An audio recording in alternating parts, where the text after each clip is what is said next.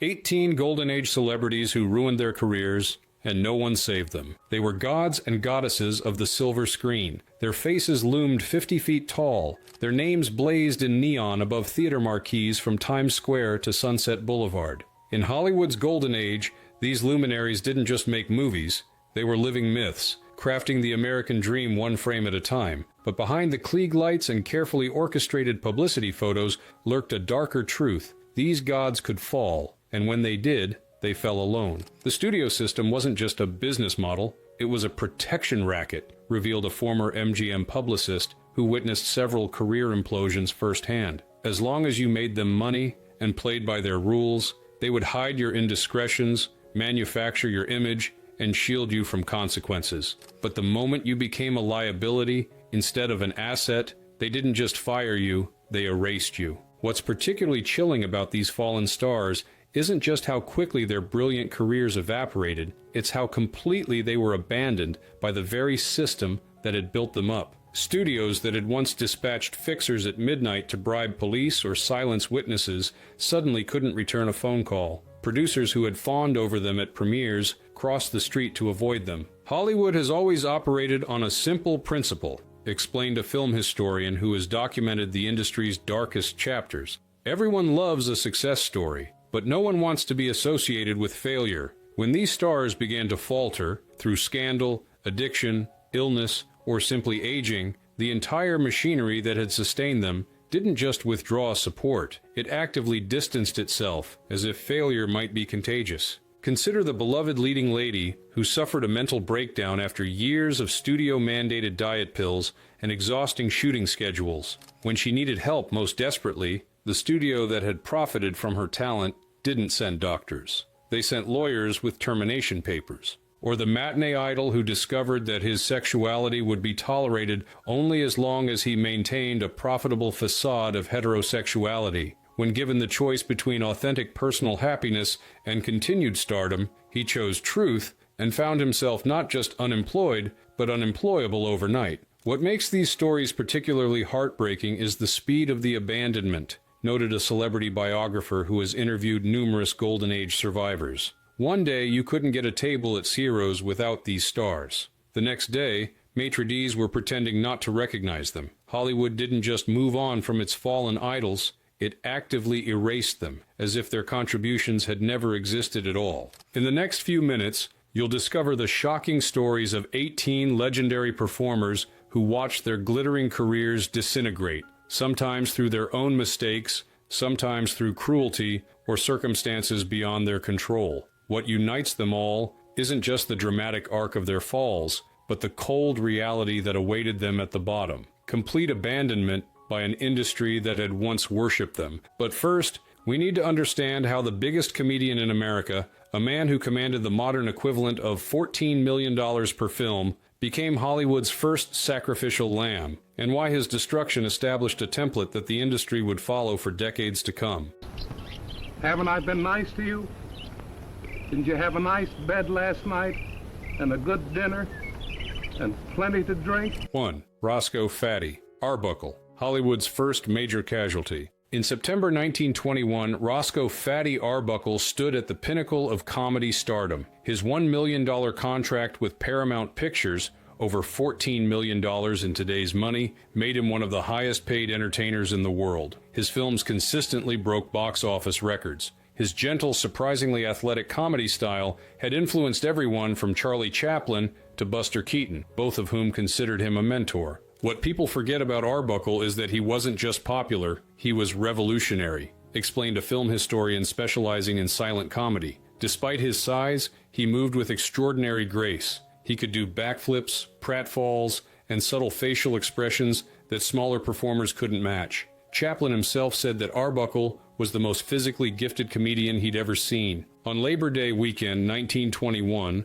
Arbuckle took a break from his grueling production schedule and threw a small party in his suite at the St. Francis Hotel in San Francisco. Among the guests was a struggling actress named Virginia Rapp, who became seriously ill during the gathering and died 4 days later from peritonitis caused by a ruptured bladder. What happened next destroyed Arbuckle with a swiftness that stunned even Hollywood insiders. Based largely on the accusations of a single-party attendee who was later revealed to have a history of extortion attempts, Arbuckle was charged with manslaughter. William Randolph Hearst's newspapers turned the tragedy into America's first major media feeding frenzy, publishing wildly sensationalized accounts that portrayed Arbuckle as a monster who had sexually assaulted Rapp with a foreign object. The public reaction was immediate and devastating, said the historian. Theater owners across America pulled Arbuckle's films. Paramount suspended him without severance. Editorials called for his execution. All this happened before a single piece of evidence had been presented in court, before anyone knew what had actually occurred in that hotel room. The most shocking aspect of Arbuckle's downfall wasn't the allegations themselves,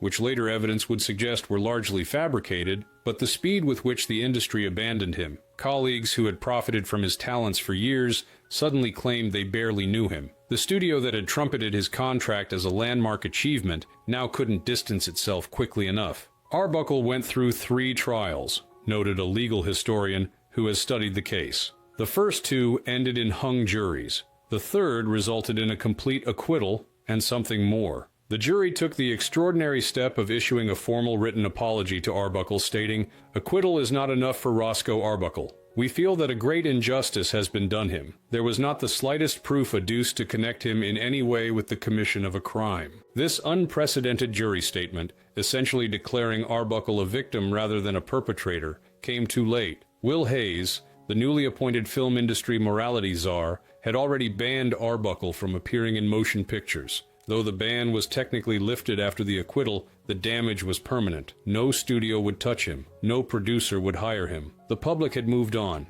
In the space of 3 months, Arbuckle went from being America's beloved comedian to an unemployable pariah, said the historian. Not because of anything he'd done. 3 separate juries found no evidence of wrongdoing, but because the industry decided he was expendable. They sacrificed him to protect themselves from the moral outrage Hearst's papers had manufactured. Arbuckle eventually found limited work directing films under the pseudonym William Goodrich, but he never recaptured even a fraction of his former success. He died in 1933 of a heart attack, on the very day he had signed a modest contract that might have led to a minor comeback. He was just 46 years old. The Arbuckle case established the template Hollywood would follow for decades, concluded the historian. When scandal threatened the industry's image, individual careers, even the most successful ones, became instantly disposable. No amount of talent, no previous contribution, no personal loyalty would save you once you became a liability instead of an asset. Of course you are.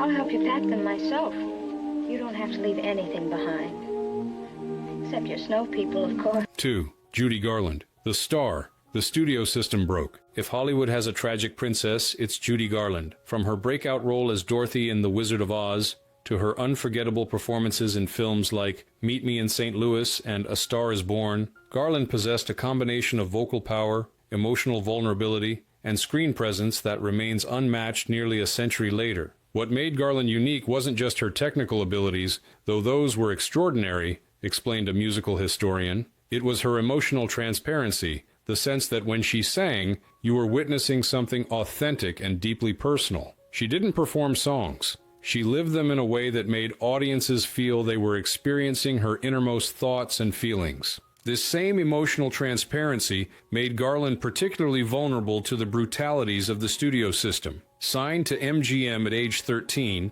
she immediately encountered the controlling mechanisms that would eventually destroy her. Studio executives constantly criticized her weight and appearance, putting her on strict diets and providing amphetamines to control her appetite and barbiturates to help her sleep after the stimulants kept her awake. MGM didn't just employ Garland, they systematically dismantled her self-esteem while creating a chemical dependency that would haunt her for the rest of her life, said a biographer who has extensively researched Garland's career. By the time she was 16, studio doctors had her on a daily regimen of pills that would have hospitalized most adults, all while demanding she maintain a grueling production schedule. The combination of emotional pressure, physical exhaustion, and prescribed addiction created a pattern of instability that became increasingly difficult to conceal. By her early 20s, Garland was experiencing mood swings, anxiety attacks, and physical collapses that occasionally disrupted filming. Each incident was treated not as a cry for help, but as an inconvenience to be managed. usually with more medication. The studio's solution to problems they'd largely created was to double down on the very methods that were causing the damage,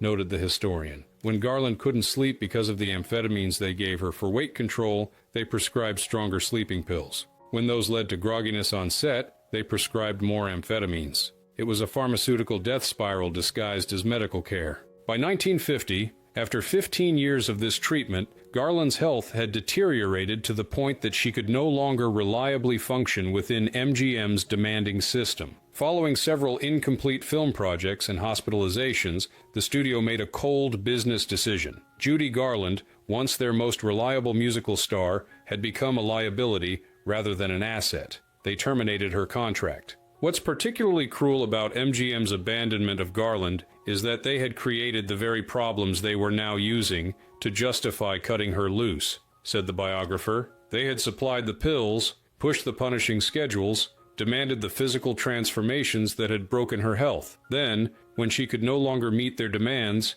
they discarded her as if the damage had been entirely self-inflicted. Left without the structure of the studio system, however toxic that structure had been, Garland struggled to rebuild both her health and her career. Though she achieved remarkable comebacks, including her legendary 1961 Carnegie Hall concert, the pattern of breakdowns, missed performances, and substance issues continued. Each public failure reinforced the industry narrative that she was unreliable, difficult, a bad investment, despite her undeniable talent. The tragedy of Garland's career isn't just what happened while she was at MGM, observed a cultural historian. It's that once the studio discarded her, the damage they had inflicted became her defining characteristic in the industry's eyes. The very problems they had created were now used to justify not hiring her, not supporting her, not investing in her recovery. When Garland died in 1969 at the age of 47, the obituaries invariably mentioned her troubled history, her missed performances, her struggles with addiction, all without acknowledging the systemic abuse that had created these issues in a performer who had been working since childhood. MGM, which had profited enormously from her talent while systematically undermining her health, expressed appropriate corporate sadness without accepting any responsibility. Garland's story reveals the disposability of even the greatest stars in the studio system, concluded the historian. MGM built her up, broke her down, then abandoned her when she could no longer function within their damaging parameters. When she died, they mourned the loss of her talent without acknowledging their role in destroying it. Let me.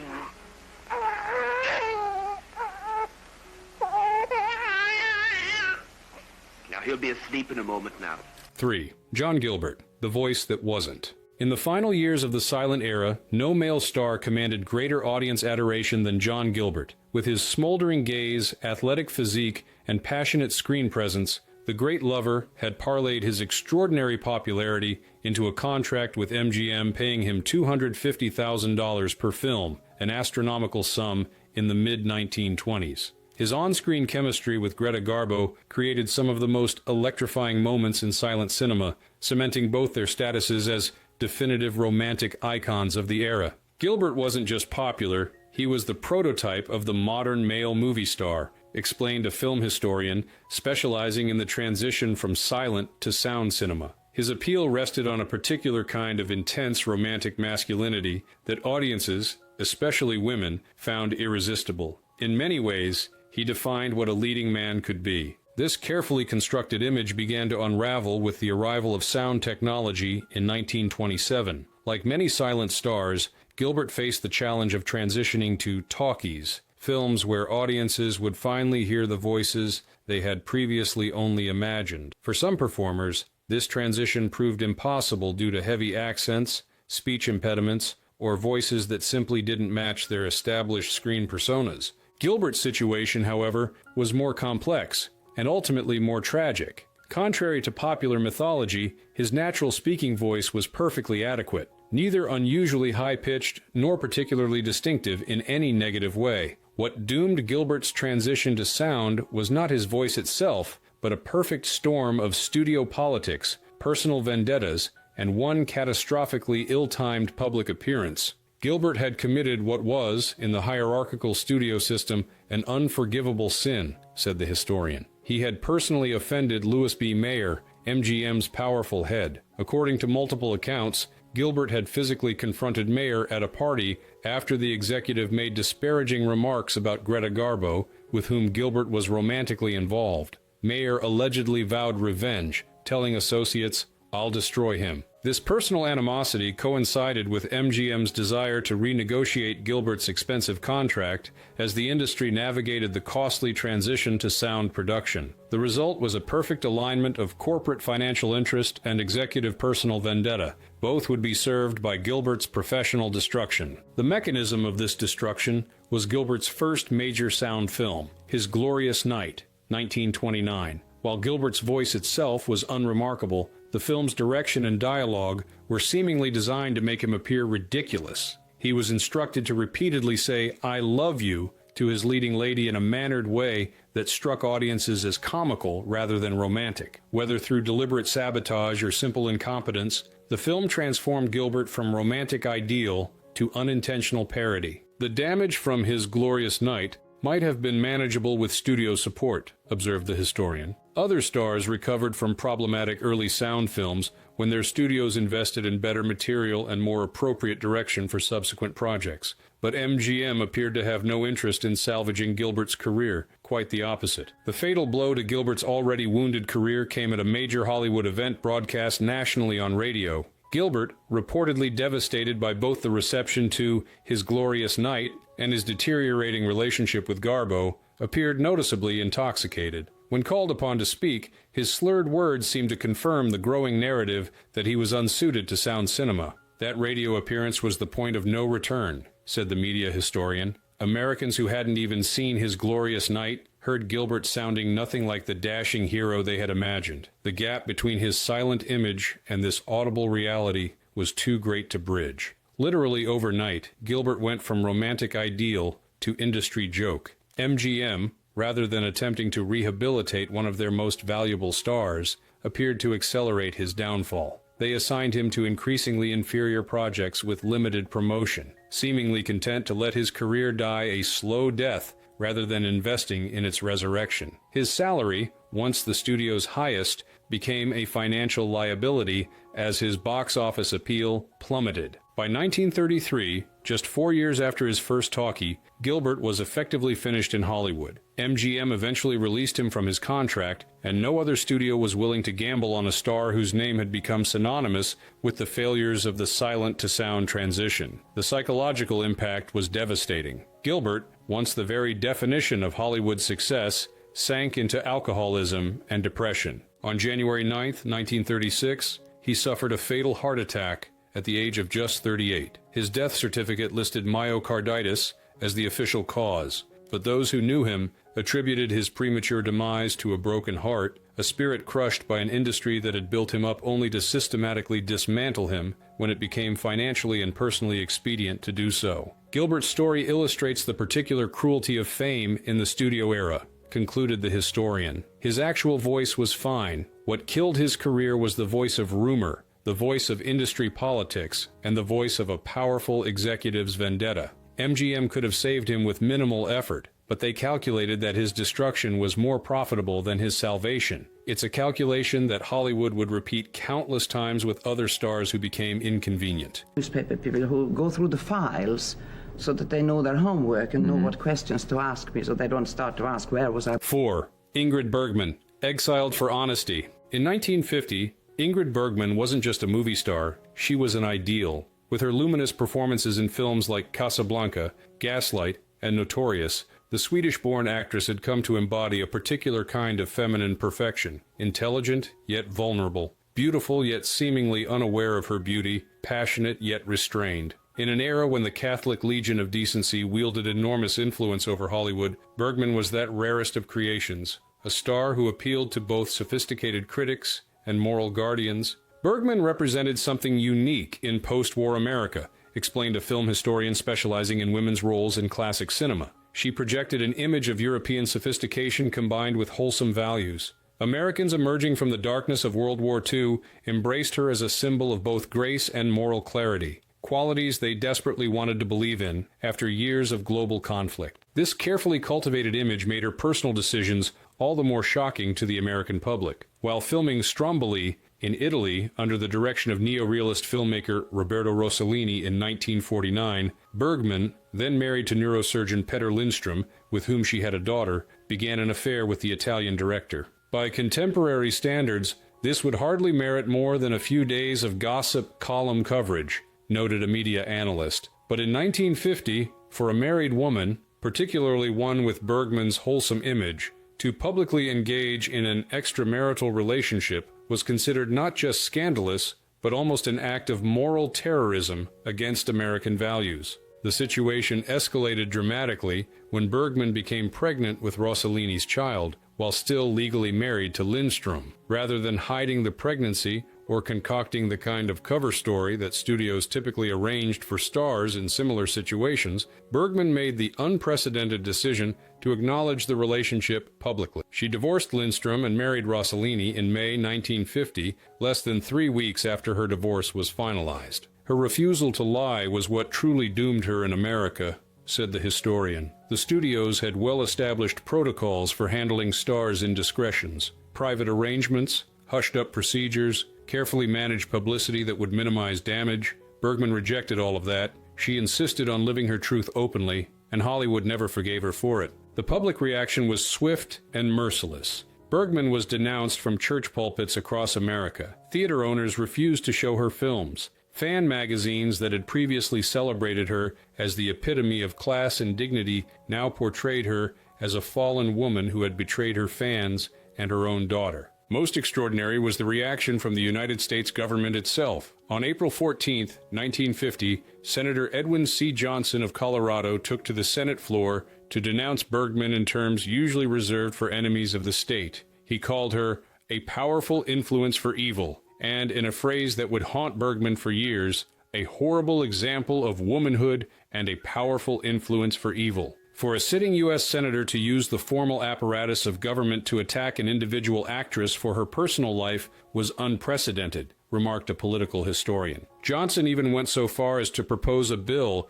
requiring all films to be licensed based on the moral character of the performers. It's a stark reminder of how thoroughly the lines between entertainment, morality, and governance were blurred in post-war America. The professional consequences were immediate and devastating. Bergman, who had been one of Hollywood's most bankable stars, was effectively blacklisted in America. Her image was removed from advertising for her latest films. Projects that had been developed specifically for her were hastily recast. Most painfully, she was separated from her daughter, Pia, who remained in the United States with Lindström, while Bergman lived in Europe with Rossellini and their new child. Overnight, she went from commanding $300,000 per film, an astronomical sum in 1950, to being considered totally unemployable in American cinema, said the film historian. And unlike other actors who faced temporary scandals but eventually found routes back to at least limited careers, Bergman was completely excised from the American entertainment landscape. Her exile wasn't measured in months,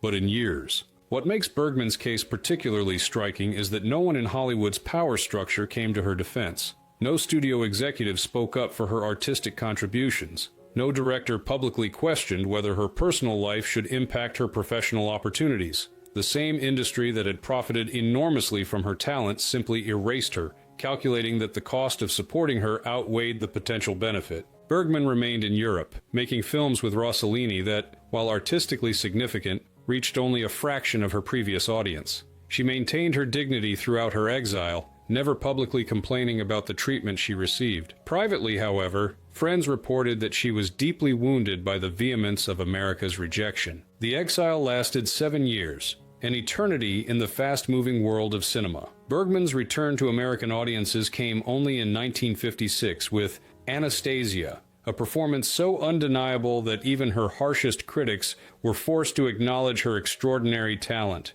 She won her second Academy Award for the role, though she did not attend the ceremony, still uncertain of her reception in Hollywood. What's particularly striking about Bergman's case is that her crime was simply refusing to lie, observed the cultural analyst. Other stars engaged in far more problematic behavior, but were protected because they allowed the studios to maintain the fiction of their moral purity. Bergman's unforgivable sin was insisting on authenticity in an industry built on illusion. While Bergman eventually reclaimed her career, the 7-year exile during what should have been her prime professional years represents one of Hollywood's most shameful episodes of moral hypocrisy. A stark reminder of how quickly the industry could turn against even its most valuable talents when they failed to prioritize image over truth. What's the matter? What's happened? Do you remember that round-robin letter we all sent each other? Yeah. Well, in that letter... 5. Peg Entwistle, the Hollywood sign's most tragic legend. On the morning of September 18, 1932, a hiker in the hills above Hollywood made a grim discovery beneath the famous Hollywoodland sign that overlooked the film industry's epicenter. At the bottom of the ravine lay the body of a young woman who had apparently jumped from the letter H of the iconic landmark. In her purse was a suicide note that read simply, "I am afraid, I am a coward. I am sorry for everything. If I had done this a long time ago, it would have saved a lot of pain. P.E." The woman was 24-year-old actress Peg Entwistle, and her death would become one of Hollywood's most enduring legends, a stark symbol of the industry's capacity to attract dreamers, build their hopes, and then discard them with devastating consequences. Entwistle's story represents the dark reflection of the Hollywood dream, explained a cultural historian specializing in the mythology of American cinema. For every star who found success, countless others experienced rejection, disappointment, and obscurity. Entwistle's tragedy wasn't just that she died young, but that she chose to end her life at the very symbol of the industry that had failed to embrace her talent. Born in Wales and raised in New York after her mother's death, Entwistle had established herself as a promising Broadway actress before moving to Los Angeles to pursue film opportunities. Her theatrical credentials were impressive. She had shared the stage with Humphrey Bogart and worked with the prestigious Theater Guild. But in Hollywood, where a different kind of performing skill was valued, Entwistle struggled to gain traction. The transition from stage to screen was difficult for many actors, noted the film historian. Theater required big gestures and vocal projection, while film demanded subtlety and an awareness of the camera. Some performers made this adjustment easily, others never quite mastered the different technique required. For Entwistle, who had thrived in the theatrical environment, the film world presented challenges that apparently felt insurmountable. Her Hollywood career consisted of a single significant role in the RKO film 13 Women. Even this limited opportunity ended in disappointment. Many of her scenes were cut before the film's release, reducing her part to little more than a bit role. Adding to this professional frustration was her awareness that she was running out of financial resources, just as the Great Depression was tightening its grip on the American economy. What makes Entwistle's story particularly poignant is the timing, observed the historian. She died just before 13 Women was released, never knowing that her performance, however limited by editing, would reach audiences. More tragically, according to some accounts, a letter offering her a significant stage role arrived at her home the day after her death, an opportunity that might have revived her career had she lived just slightly longer. The symbolism of her chosen method of suicide, jumping from the Hollywood sign that represented the industry's glamour and promise, created a narrative so powerful that it has overshadowed nearly every other aspect of Entwistle's life and career. She became in death a cautionary tale about the film industry's capacity for cruelty, a parable about the dangers of artistic ambition, and a ghost story that has haunted Hollywood's self-mythology for nearly a century. Entwistle's suicide had transformed her from a struggling actress into a symbol, said the cultural analyst. The industry that had largely ignored her in life posthumously incorporated her into its complex mythology. She became the quintessential Hollywood tragedy, the beautiful young woman who came seeking stardom and found only disappointment so crushing that it drove her to a spectacular public suicide from the very icon of the Dream Factory itself. What's particularly notable about Entwistle's story in the context of abandoned stars is that she never reached a level of success that would have created a support system within the industry. Unlike established performers who found themselves suddenly alone when scandal or failure struck, Entwistle existed on Hollywood's periphery, visible enough to feel the pain of rejection, but not successful enough to have built the connections that might have provided emotional or professional support in her darkest moment. In many ways, Entwistle represents the countless aspirants who came to Hollywood full of hope and talent, but never found the breakthrough that would have secured their place in the industry, reflected the historian. The tragedy isn't just that she died young, but but that an industry capable of recognizing and rewarding extraordinary talent somehow failed to find a place for her before despair overcame her resilience. While other stars on this list experienced dramatic falls from established heights, Entwistle's tragedy lies in never having been allowed to ascend at all. A different but equally devastating form of Hollywood abandonment that continues to claim victims, though rarely in ways as dramatically symbolic as her leap from the letter H into both physical oblivion and Hollywood immortality. Yes, I'm giving up this racket. I'm going to Chicago to sell life insurance. William Haynes, the man who chose dignity over stardom. In the late 1920s and early 1930s, William Billy Haynes was the definition of Hollywood success. As MGM's top male box office draw, he had pioneered a new kind of screen persona, the wisecracking, somewhat cocky young man who learns humility through love. With his handsome features, athletic physique, and impeccable comic timing, Haynes represented a modern, accessible form of masculinity that resonated strongly with audiences of the era. Haynes wasn't just popular, he was revolutionary in his own quiet way, explained a film historian specializing in early Hollywood representations of masculinity. Before Haynes, leading men were generally either swashbuckling adventurers or dignified romantic figures. Haynes created something different, a character who used humor and contemporary attitudes to connect with audiences in a more direct, relatable way. He was, in many respects, America's first modern screen comedian. This professional success had made Haynes an invaluable asset to MGM,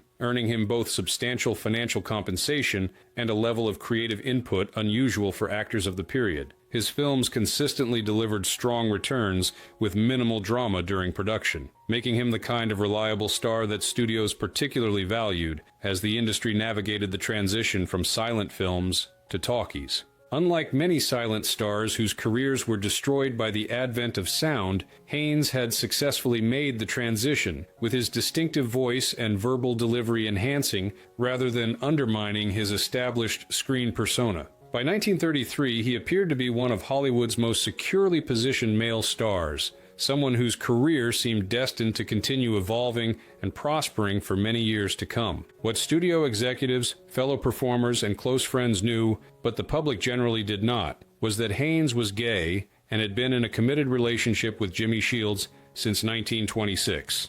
During the relatively permissive pre-code era, this aspect of Haynes's life had been managed through a combination of discretion, strategic publicity, and the general understanding within Hollywood that private behavior remained private as long as it didn't threaten public image or box office potential. The approach to sexuality in early Hollywood was more complex than many people realize, noted a historian of LGBTQ+ representation in cinema. There was a distinction between what the industry knew internally and what it presented to the public. As long as stars maintained appropriate public images and didn't generate scandalous publicity, there was often a surprising degree of tolerance for private lives that didn't conform to conventional morality. This delicate balance was disrupted by multiple factors in the early 1930s. The implementation of the production code in 1934 created new pressure on studios to ensure that not just their films but their performers projected moral values aligned with conservative religious principles. Simultaneously, MGM was coming under the increasingly firm control of Louis B. Mayer, whose personal conservative values and concern with wholesome public images made him particularly sensitive to potential controversies involving his contract players. These industry shifts coincided with a personal crisis for Haynes. In late 1933, he was arrested in a YMCA during what was described as a morals charge, almost certainly a euphemism for being caught in a sexual encounter with another man. While the studio had managed previous minor incidents with minimal publicity, this arrest created a more significant problem, particularly given the changing moral climate in both Hollywood and the nation at large. The arrest itself might have been manageable from a publicity standpoint, explained the historian. What transformed it into a career-ending event was Haynes's response to Louis B. Mayer's ultimatum in its aftermath. According to multiple sources, Mayer presented Haynes with a stark choice: end his relationship with Shields, agree to a lavender marriage with a woman selected by the studio, and conform to public expectations of heterosexual behavior, or lose his contract with MGM. Haynes's response to this ultimatum has become legendary in Hollywood history. Without hesitation, he reportedly told Mayer, "I'm already married. referring to his relationship with Shields. When Mayer clarified that he meant marriage to a woman, Haynes's response was equally direct. "I can act, but I won't live a lie." In that moment, with that statement, Haynes made a decision that would effectively end his film career, said the cultural analyst. He chose personal authenticity over professional success at a time when those two things were considered fundamentally incompatible for someone in his position. It was a choice that few stars before or since have been willing to make when confronted with similar ultimatums. The consequences were both immediate and absolute. MGM terminated Haynes's contract, effectively blacklisting him from major studio productions. His final film, The Marines Are Coming, for a Poverty Row studio, was released in 1934, after which his name simply disappeared from casting announcements, production reports, and fan magazine coverage. At the age of 34, in the prime of his career, and at the height of his popularity, William Haynes was simply erased from Hollywood. What makes Haynes's story unique among Hollywood downfalls is what came next. Rather than attempting to fight the blacklist or accepting eventual relegation to minor roles in B pictures, Haynes made a decisive pivot away from entertainment entirely. With Shields, he established an interior design business that would eventually become one of the most successful and influential in the country. Haynes's second act is as remarkable as his first, observed a design historian familiar with his post-Hollywood career. He essentially created the Hollywood Regency style that would define luxury interiors for decades. His client list included Joan Crawford, Gloria Swanson, Carole Lombard, and numerous other stars who defied the industry blacklist to support their former colleague. By the 1940s, a Billy Haynes interior was a status symbol that even those who had participated in his professional exile coveted for their own homes. This extraordinary professional reinvention was matched by personal stability that was rare in Hollywood circles. Haynes and Shields remained together until Haynes's death in 1973, a 47-year relationship that outlasted virtually all of the studio-arranged marriages of his former peers. Their home became an informal salon for the Hollywood community, with former colleagues often commenting on the apparent happiness and contentment that Haynes had found away from the constraints of studio control. What's particularly poignant about Haynes's story is that he never expressed regret for the choice that ended his film career, said the LGBTQ+ historian. When friends would mention what he had given up or the fame he had lost, he would reportedly gesture around at his beautiful home, his successful business, and most importantly, at Shields, and say, "I've got all this instead. I haven't lost anything important." The industry that had exiled him eventually came to recognize the injustice of his treatment, though this recognition came too late for Haynes himself to witness it. In retrospect, film historians have identified him as one of the first major victims of Hollywood's formalized homophobia, a cautionary example that would influence generations of LGBTQ+ performers to hide their authentic selves to preserve their careers. Haynes's story reveals both the cruelty of the studio system and the possibility of dignity beyond it, concluded the cultural analyst. While MGM and Hollywood as a whole abandoned him completely for the crime of refusing to deny his authentic self, he constructed a life of meaning, creativity, and love that ultimately proved more enduring than the film career he sacrificed. It's a rare example of a star who was truly saved, not by the industry that discarded him, but by his own courage, talent, and refusal to betray his most essential truth. Then the whole town will posse up, and no matter which way you turn, they'll be pouring lead at you until they get that reward.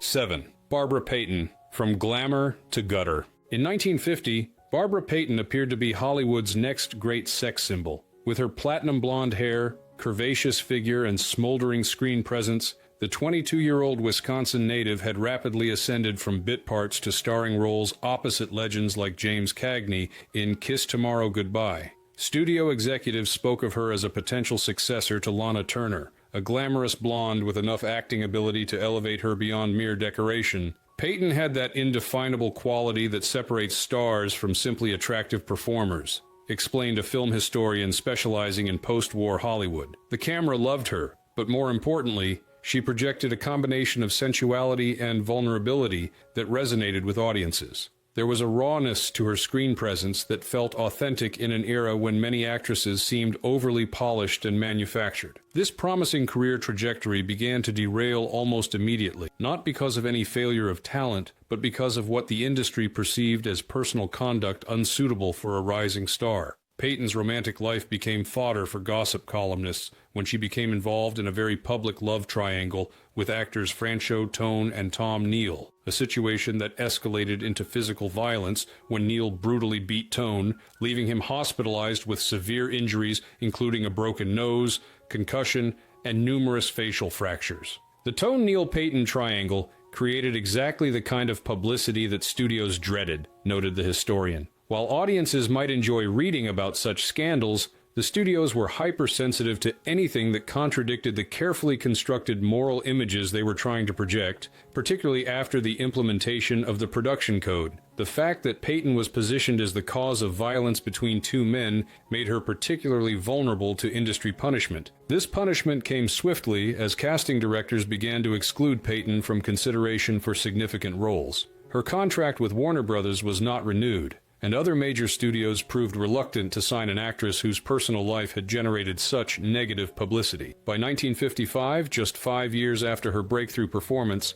Peyton had been relegated to low-budget exploitation films, a precipitous fall for an actress who had so recently shared the screen with Hollywood royalty. What makes Peyton's case particularly striking is the speed of her professional abandonment, observed the cultural analyst. There was no gradual decline, no series of diminishing opportunities, just a near-complete industry rejection once she had been labeled problematic. The same studios that had been grooming her for major stardom suddenly couldn't distance themselves quickly enough. This professional rejection coincided with escalating personal problems for Peyton. Her marriage to Tone lasted less than 2 months, and subsequent relationships proved equally volatile and short-lived. Financial difficulties mounted as quality acting jobs disappeared entirely, leading to increasingly desperate measures to maintain the lifestyle to which she had briefly become accustomed. By the late 1950s, Peyton's situation had become truly dire, said the historian. With no film offers forthcoming and her savings depleted, she began the tragic descent that would define the latter portion of her life.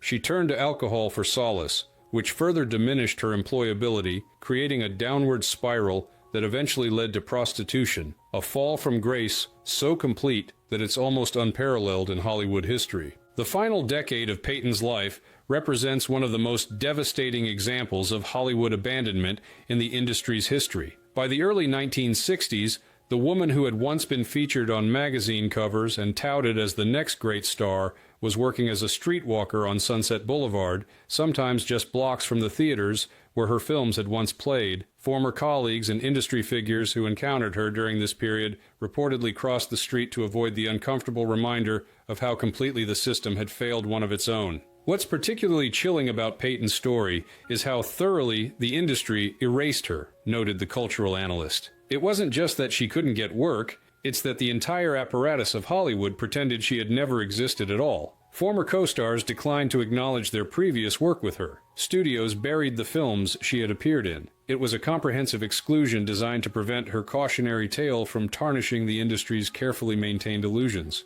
Peyton died in 1967 at the age of 39, her body ravaged by the effects of alcoholism and the harsh realities of life on the streets. Her obituaries, when they appeared at all, were brief and often focused more on her scandals than her talents. The industry that had once celebrated her beauty and potential offered no tributes, no retrospectives, no acknowledgement of its role in her tragic decline. Barbara Peyton's story represents the ultimate cautionary tale about the disposability of talent in Hollywood, concluded the historian. She went from studio grooming to street prostitution in less than a decade, not because she couldn't act, not because audiences rejected her, but because an industry built on the illusion of moral perfection couldn't accommodate a young woman whose messy personal life contradicted the fantasies it was selling. When she needed help, not a single hand was extended, a stark reminder of how conditional Hollywood's embrace has always been. Telling you, I don't think I have tears for the rest of my life. 8.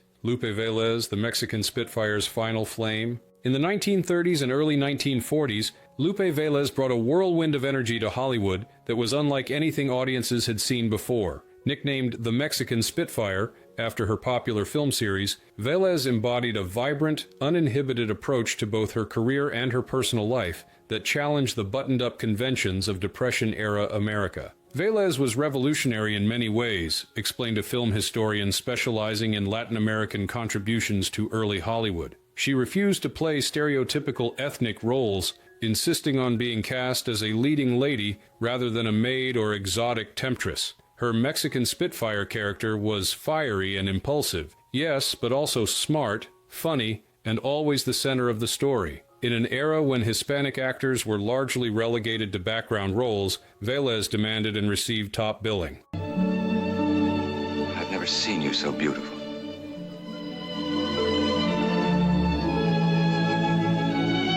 Nine. Gene Tierney, beauty broken by tragedy. In the early 1940s, Gene Tierney represented the pinnacle of Hollywood elegance. With her perfect bone structure, distinctive overbite, and mesmerizing green eyes, she embodied a sophisticated beauty that set her apart from other actresses of the era. But it was her performances in films like Laura, Leave Her to Heaven, and The Ghost and Mrs. Muir that established her as far more than just another pretty face. She was a genuinely gifted actress, capable of extraordinary emotional range. Tierney possessed a unique quality on screen, explained a film historian specializing in film noir. She could project both vulnerability and danger simultaneously. There was something mysterious behind her eyes, a suggestion of hidden depths that made her particularly effective in complex roles that required psychological nuance. What audiences couldn't see beneath this captivating screen presence was a woman battling increasingly devastating personal tragedies and the mental health crisis they would eventually trigger.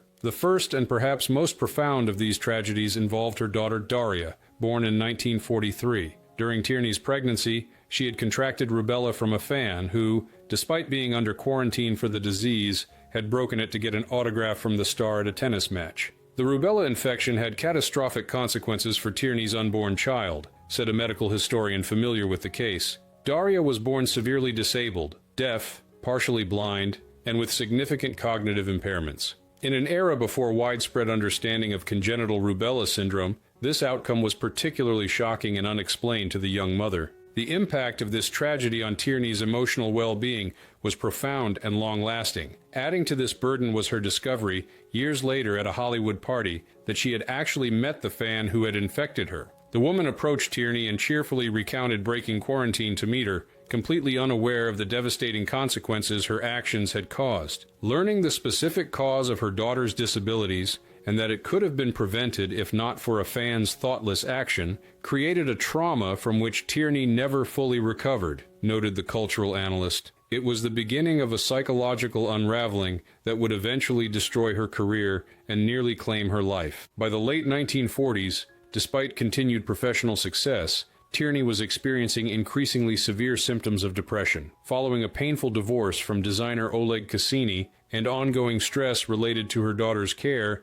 she began to withdraw from colleagues and exhibit behavior that concerned those close to her. Studio executives, more focused on her commercial value than her well-being, continued to push her into demanding roles despite clear signs of her deteriorating mental health. What's particularly disturbing about Tierney's case is how long the studios extracted work from her while ignoring the obvious signs of serious psychiatric illness, observed the historian. There were incidents on set where she would become disoriented, forget lines, or exhibit clearly dissociative behavior. Rather than ensuring she received proper medical care, production teams would simply work around these episodes, often using doubles for scenes she couldn't complete. The breaking point came in 1953 when Tierney, now suffering from what would later be diagnosed as bipolar disorder with psychotic features, attempted suicide by trying to jump from a ledge of her mother's apartment building. This incident could no longer be hidden from the public or managed within the production environment. She was hospitalized against her will, the beginning of a series of institutional commitments that would include devastating treatments like insulin shock therapy and electroconvulsive therapy. Once Tierney's mental illness became public knowledge, the industry's abandonment was swift and complete, said the cultural analyst. The same studios that had profited from her talents while ignoring her deteriorating condition now viewed her as damaged goods, an investment too risky to maintain. Roles that would have naturally gone to her were quickly reassigned to other actresses. Her name was removed from projects in development. It was as if Hollywood had collectively decided that she had ceased to exist. During Tierney's hospitalizations, which stretched over several years, she received almost no support from the industry that had once celebrated her as one of its most valuable assets. Former co-stars, directors, and executives who had worked closely with her made no public statements of support. The studio publicity machine, which had once touted her as the epitome of glamour and sophistication, now maintained complete silence about her condition and whereabouts. The contrast between the industry's treatment of Tierney's physical versus mental health issues is telling, noted the medical historian. Had she been hospitalized for cancer or another physical illness, there likely would have been public expressions of support, perhaps even benefit events or other demonstrations of Hollywood solidarity. But mental illness carried such stigma that the response was essentially to pretend she had never existed at all. Though Tierney eventually recovered enough to attempt a return to acting in the late 1950s, the damage to her career was irreparable. Studios remained reluctant to cast an actress with a known history of mental illness in significant roles, fearing both potential production complications and audience reaction. The few parts she did secure were pale shadows of the complex, demanding roles that had once showcased her considerable talents. In Hollywood's brutal calculation, Tierney had transformed from asset to liability, explained the film historian. The industry that had built her up and profited from her gifts abandoned her precisely when she most needed support. When she was healthy enough to work again, that same industry refused to reinvest in her rehabilitation, a stark reminder that in the studio system, human beings were ultimately viewed as disposable commodities rather than artists deserving of care and second chances. Tierney eventually found a measure of personal happiness, remarrying and largely withdrawing from public life. But her career, once among the most promising in Hollywood, never recovered from the industry's abandonment during her illness. Her story stands as one of the most disturbing examples of Hollywood's callous treatment of stars facing mental health challenges, a pattern that would tragically repeat itself with many other performers in subsequent decades. Yeah. Who? Oh, Gary, I'm sorry I got tied up and I couldn't meet you, but... What?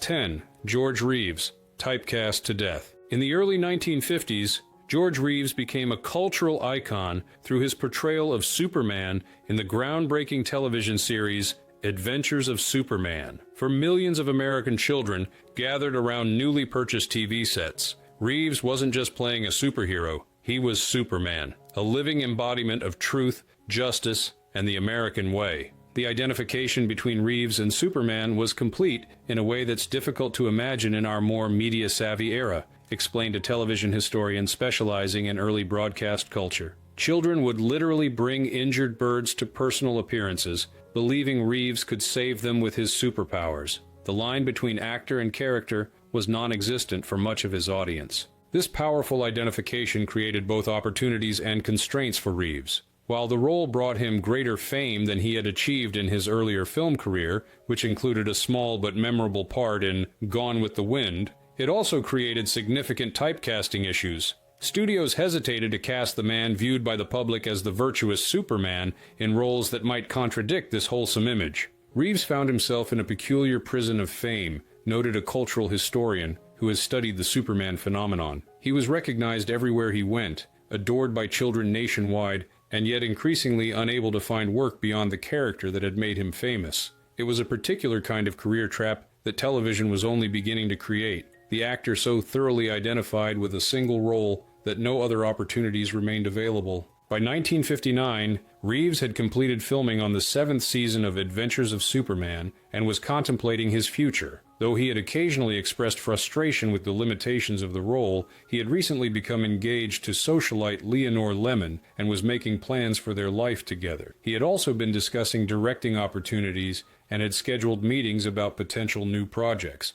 On the evening of June 16, 1959, Reeves was at his Benedict Canyon home with Lemon and several friends. The group had been drinking, and witnesses later reported that Reeves's mood seemed alternately irritable and withdrawn. Around midnight, after a brief argument with Lemon, Reeves went upstairs to his bedroom. Minutes later, a single gunshot rang out. Reeves was found lying across his bed with a gunshot wound to his head and a Luger pistol between his feet. He was 45 years old. What happened in that bedroom instantly transformed Reeves from cultural icon to tragic headline, said the historian. Overnight, Superman, the invulnerable hero who could not be harmed by bullets, was dead by a gunshot. His mortality starkly contrasted with the immortality of his character. The official ruling was suicide, but from the beginning, Circumstances surrounding Reeves's death raised troubling questions. No fingerprints were found on the gun. Reeves had unusual bruises on his body that were never fully explained. Most significantly, multiple witnesses reported hearing the gunshot after Reeves had gone upstairs,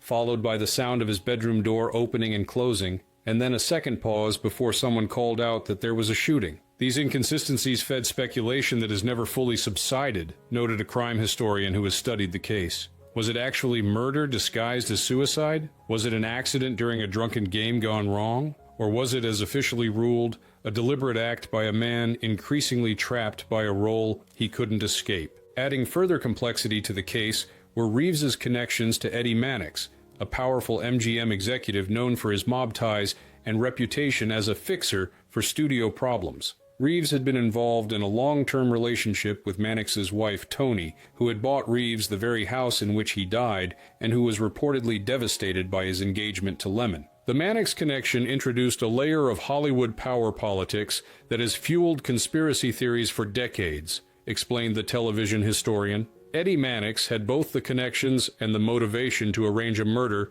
disguised as suicide, though no concrete evidence has ever emerged to support this theory. What's undeniable is that the mysterious circumstances created a cloud over Reeves's death that permanently altered how the public viewed both the actor and his iconic character. Whatever the truth behind Reeves's death, its impact on his legacy was immediate and devastating. Parents across America found themselves struggling to explain to heartbroken children why Superman had killed himself. Television stations temporarily pulled Adventures of Superman from their schedules, concerned about the psychological impact on young viewers. When the series eventually returned to syndication, it carried an almost palpable shadow, the knowledge that the hero on screen had met a tragic and potentially sordid end. Reeves's death fundamentally changed the Superman brand in ways that resonated for decades, observed the cultural analyst. The character had embodied an uncomplicated heroism and invulnerability. Suddenly, that narrative was complicated by very adult themes of mortality,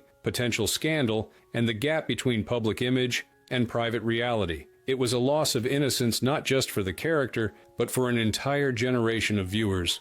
What makes Reeves's case particularly notable in the context of abandoned stars is how thoroughly his identity had been subsumed by a single role, and how little support existed for him as he attempted to navigate the complex transition beyond it. Unlike stars who face scandals after establishing diverse careers, Reeves had become so completely identified with Superman that the industry seemed to have difficulty conceptualizing him as a performer with broader capabilities. In many ways, Reeves was abandoned before his death, concluded the historian. Typecast to the point of professional paralysis, caught in a role that simultaneously made him nationally famous and increasingly unemployable in other contexts, he represented a new kind of Hollywood casualty, the television star so thoroughly defined by a character that his own identity became secondary. Whether his death was suicide or something more sinister, it highlighted the particular vulnerability of performers whose public image became a prison from which they could find no escape. Look, it's not my fault.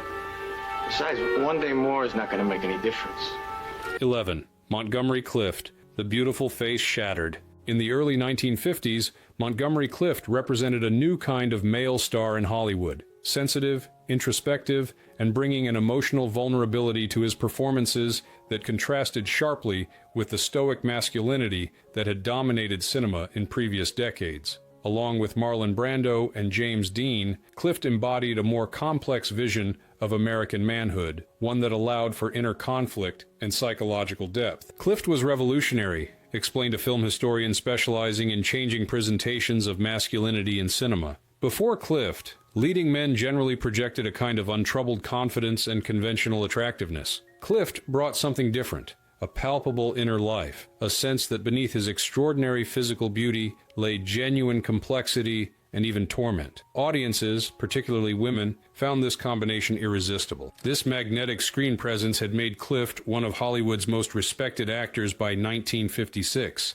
With acclaimed performances in films like The Heiress, A Place in the Sun, and From Here to Eternity, he had established himself as not just a beautiful face, but a serious artist, someone who approached each role with extraordinary intellectual rigor and emotional commitment. On the evening of May 12, 1956, Clift attended a dinner party at the Benedict Canyon home of his close friend and A Place in the Sun co-star Elizabeth Taylor and her then-husband Michael Wilding. Guests at the gathering later reported that Clift seemed unusually tense and consumed several drinks throughout the evening. Around midnight, despite concerns about his state, Clift insisted on driving himself home. What happened next transformed Clift's life and career in ways that no one could have imagined, said the historian. The winding roads of Benedict Canyon have claimed many victims over the years, but few accidents have had such profound consequences for Hollywood history as Clift's collision with a telephone pole that night. Driving his Chevrolet down the dark canyon road,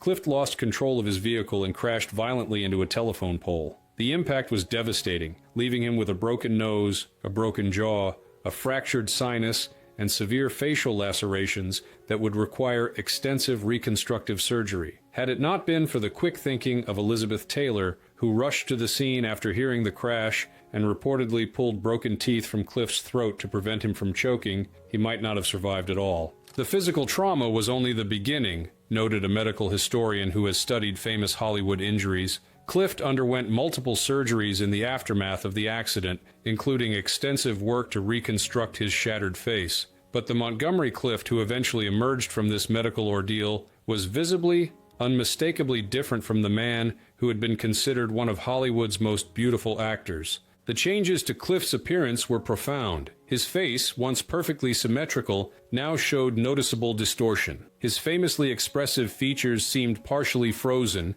limiting the emotional range that had been central to his acting technique. Perhaps most significantly, his eyes now conveyed a permanent pain that no acting could conceal, the look of someone who had experienced profound trauma and was never quite able to move beyond it. The accident didn't just alter Clift's appearance, it fundamentally changed his relationship with the camera, explained the film historian. Before the crash, the camera loved Clift unconditionally, capturing his beauty from any angle. After the crash, filming him became a technical challenge, requiring specific lighting, careful camera placement, and post-production techniques to minimize the visible damage. What had once been effortless now required extraordinary accommodation. These technical challenges translated directly into diminished career opportunities. Directors who might have cast the pre-accident Clift hesitated to work with an actor who now required such specialized handling. Studios that had previously competed for his services began to view him as a potential liability rather than an asset. Most painfully for Clift himself, roles that called for romantic leads or conventional attractiveness,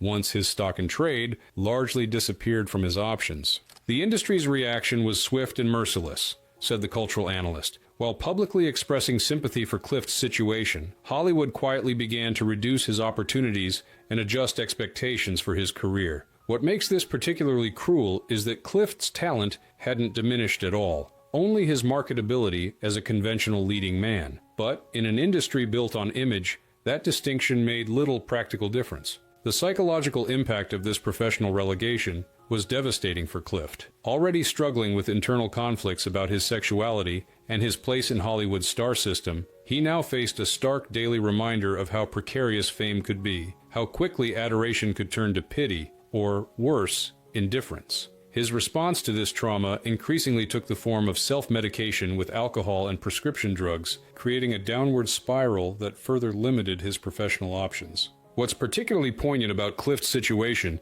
is that he continued to deliver extraordinary performances after the accident, observed the film historian. His work in The Young Lions, Judgment at Nuremberg, and particularly The Misfits, showcases an actor of remarkable depth and sensitivity. But these performances came at an increasingly heavy personal cost, requiring more and more artificial support just to function on set. By the early 1960s, Clift's physical and psychological deterioration had become impossible to ignore. Directors reported that he sometimes could not remember his lines or required dozens of takes for simple scenes. His physical appearance continued to decline, with the combined effects of the accident and his increasing substance use creating a visage that bore little resemblance to the beautiful young man who had once seemed destined for permanent stardom. On July 23, 1966, Clift was found dead in his New York townhouse at the age of 45. The official cause was listed as a heart attack, but those close to him recognized that his death was the final result of the long decline that had begun on that canyon road 10 years earlier. In a cruel irony, his final film, The Defector, released after his death, found limited distribution and has been largely forgotten, an unworthy conclusion to one of the most significant acting careers of the mid-20th century. In a single night, through a single turn of a steering wheel, Montgomery Clift's career trajectory changed forever, concluded the historian. What makes his story particularly tragic is that, unlike some stars whose talents were perhaps limited from the start, Clift was genuinely extraordinary. An actor of rare gifts whose career destruction came not through any professional failing, but through a random accident that forever altered how the world saw him. It's a stark reminder of the physical fragility that underlies even the most seemingly perfect Hollywood image. I simply must tell you what a divine experience I had yesterday. We were all rehearsing, you see, and so we stopped for dinner. 12. Tallulah Bankhead, too wild for the system. Tallulah Bankhead defied categorization. With her deep, husky voice, razor-sharp wit, and utterly uninhibited approach to both her career and personal life, the Alabama-born performer carved out a unique position in American entertainment that straddled theater, film, radio, and eventually television. Throughout the 1920s and 1930s, Bankhead established herself as one of the stage's most magnetic presences, with performances that combined technical brilliance with a raw emotional intensity that audiences found mesmerizing. Bankhead wasn't just talented, she was revolutionary, explained a theater historian specializing in early 20th century American stage. At a time when most actresses were still trapped in very narrow conceptions of femininity, Bankhead created performances of extraordinary range and daring. She could be vulnerable and fierce, comic and tragic, sometimes within the same scene. There was nothing artificial about her work. It was always deeply, sometimes uncomfortably, authentic. This same authenticity extended to Bankhead's personal life, where she refused to conform to the expectations placed on women in general and actresses in particular. She was openly bisexual in an era when such acknowledgement could destroy careers. She drank heavily, used drugs recreationally, and spoke about sex with a frankness that shocked even her cosmopolitan contemporaries. Perhaps most threatening to the power structure of her time, she refused to apologize for any of it. What made Bankhead particularly problematic for the entertainment industry wasn't just her behavior, but her attitude toward it, noted the cultural analyst. Many stars engaged in behavior that contradicted public morality, but most maintained at least the pretense of conventional respectability. Bankhead rejected the very concept of pretense. Her famous line, "I'm as pure as the driven slush," perfectly captured her insistence on being accepted on her own uncompromising terms. This refusal to maintain a respectable facade created significant obstacles to Bankhead's film career, particularly as Hollywood implemented the production code in the early 1930s and began enforcing increasingly strict standards for both on-screen content and off-screen behavior. Studio executives, concerned about potential controversy, hesitated to cast an actress whose personal reputation might overshadow her performances or attract negative attention from moral watchdog groups. Bankhead should have been one of the greatest film stars of her generation, said the film historian. She had the talent, the presence, the distinctive voice and style that separates genuine stars from merely competent performers. What she didn't have, and refused to acquire, was the willingness to subordinate her authentic self to the manufactured image that the studio system demanded from its female stars. While Bankhead did appear in several notable films, including Alfred Hitchcock's Lifeboat,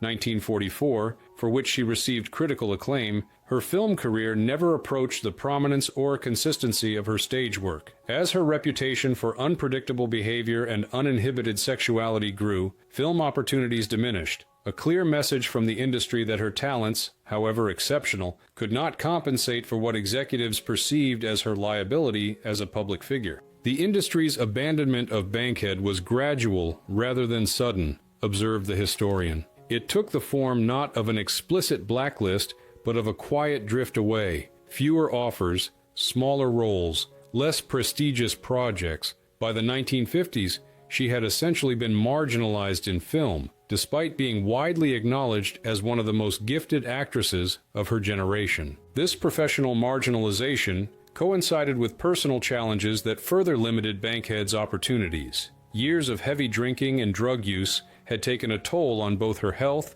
and her reliability. Her famously husky voice, once one of her most distinctive assets, became increasingly raspy and sometimes difficult to understand. Productions that might have been willing to overlook her controversial reputation became reluctant to risk the practical challenges that her physical condition sometimes created. What's particularly tragic about Bankhead's later career is that her talent remained largely intact even as her body began to betray her, noted the theater historian. When she could summon the physical resources to support her artistic instincts, she was still capable of extraordinary work. But those moments became increasingly rare and unpredictable, making her a risky investment for producers who prioritized reliability over the possibility of brilliance. By the 1960s, Bankhead had been effectively relegated to self-parody, appearing as an exaggerated version of herself on television talk shows and in campy films that capitalized on her outrageous persona while providing little opportunity for the genuine acting ability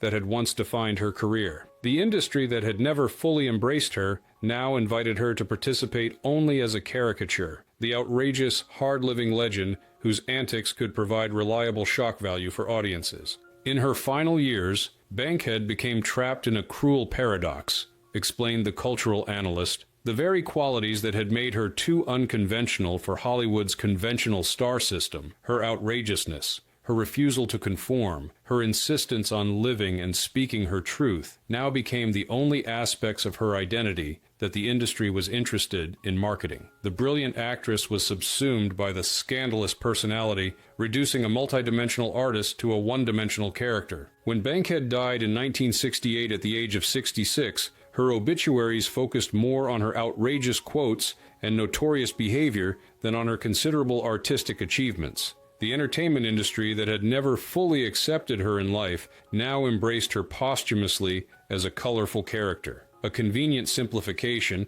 that obscured both the complexity of her talent and the systemic barriers that had prevented that talent from reaching its full potential in film. Bankhead's story represents a particular kind of Hollywood abandonment, concluded the historian. She wasn't destroyed by a single scandal or mistake, but by a systematic unwillingness to accommodate a woman who refused to pretend to be something she wasn't. In an industry built on manufactured images and carefully controlled narratives, her insistence on authentic self-expression represented a threat that could never be fully incorporated or accepted. The result was a career that, for all its notable achievements, remains a fraction of what it might have been had the system been capable of embracing rather than marginalizing her extraordinary talents and equally extraordinary personality. The enormous number of people they had, but I really don't think it helped me much. Yes.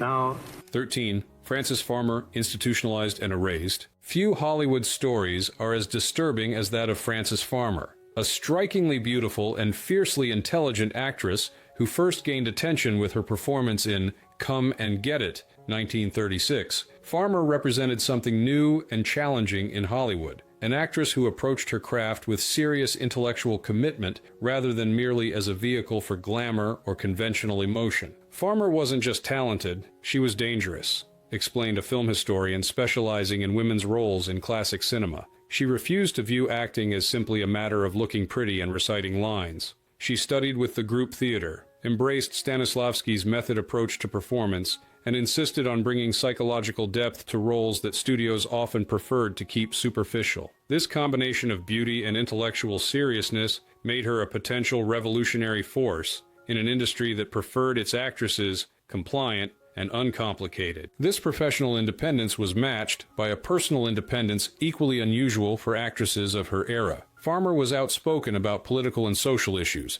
maintained friendships with known leftists during a period of growing anti-communist sentiment, and showed little interest in the publicity rituals that studios typically demanded of their contract players. She treated acting as a serious profession rather than a component of celebrity, an attitude that industry executives found both confusing and threatening. What made Farmer particularly problematic for the studio system wasn't just her artistic seriousness, but her refusal to participate in the machinery of stardom, noted the cultural analyst. She wouldn't pose for cheesecake photos, resisted manufactured romances created for publicity purposes, and spoke to the press with an honesty that publicity departments found terrifying. In an era when studios expected complete control over their female stars' images, Farmer's insistence on authentic self-presentation was viewed almost as a form of rebellion. This professional tension coincided with personal challenges that would eventually provide the mechanism for Farmer's complete destruction. By the early 1940s,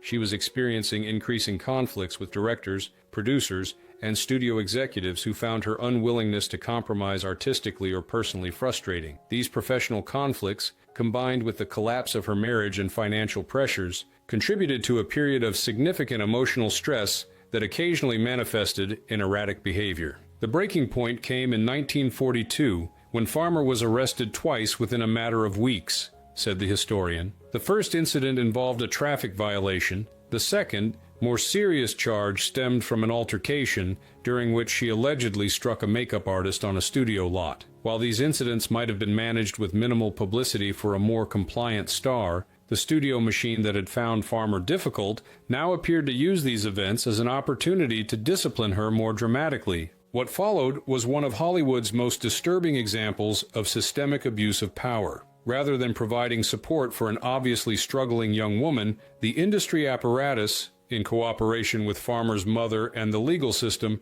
initiated a process that would result in Farmer being declared mentally incompetent and involuntarily committed to a series of increasingly brutal psychiatric institutions. The legal mechanisms used against Farmer were disturbingly thin, noted a legal historian who has studied the case. Based primarily on her mother's petition and highly subjective assessments of her uncooperative behavior, a charge often leveled against women who challenged authority, Farmer was essentially deprived of her liberty and subjected to treatments that would now be considered forms of torture. The evidence suggests this was less about genuine psychiatric concern than about controlling and punishing a woman who had refused to conform to industry expectations. Once institutionalized, Farmer encountered the most brutal aspects of mid-century psychiatric practice. According to her later accounts and those of witnesses, she was subjected to insulin shock therapy, electroconvulsive therapy without anesthesia, ice baths, and physical restraints. Most disturbing were allegations that she may have been one of many female patients who underwent a transorbital lobotomy, a procedure that involved inserting an ice pick-like instrument through the eye socket to sever connections in the brain's frontal lobe. While the lobotomy claim remains controversial, what's undeniable throughout this ordeal, the entertainment industry that had once promoted Farmer as a rising star maintained complete silence about her circumstances. No colleagues publicly advocated for her release or improved treatment. No studio executives questioned the extreme measures being taken against a young woman whose primary offenses had been assertiveness and occasional difficult behavior. The machinery of fame that had built her up now participated, through silent complicity, in her complete destruction.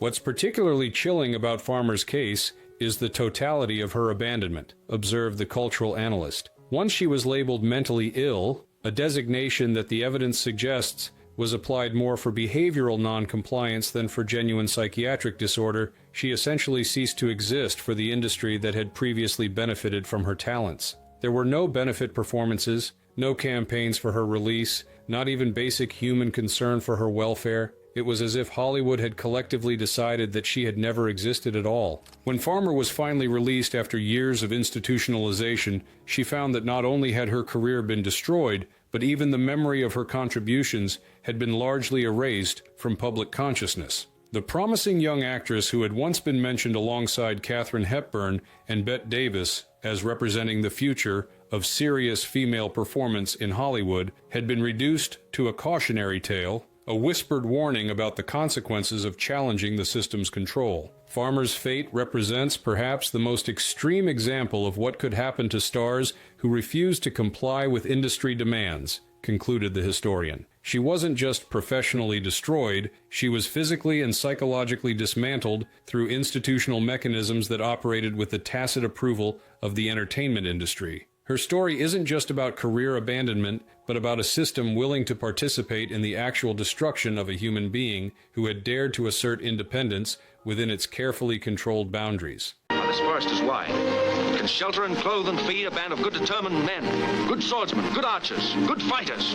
14. Errol Flynn, the swashbuckler who crashed. In the late 1930s and early 1940s, no male star embodied adventure and romance more completely than Errol Flynn. With his athletic physique, roguish smile, and unmatched skill at staged swordplay, the Tasmanian-born actor defined the swashbuckling hero in films like Captain Blood, The Adventures of Robin Hood, and The Seahawk. For millions of moviegoers, Flynn represented a particular kind of masculine ideal, daring, charming, and irresistible to women both on-screen and off. Flynn wasn't just popular, he was the physical embodiment of fantasy, explained a film historian specializing in action cinema. At a time when America was emerging from the Depression and heading toward war, Flynn provided a vision of heroic masculinity that combined physical courage with wit and style. His performances weren't just entertaining, they were aspirational for men and objects of desire for women. Few stars have ever aligned so perfectly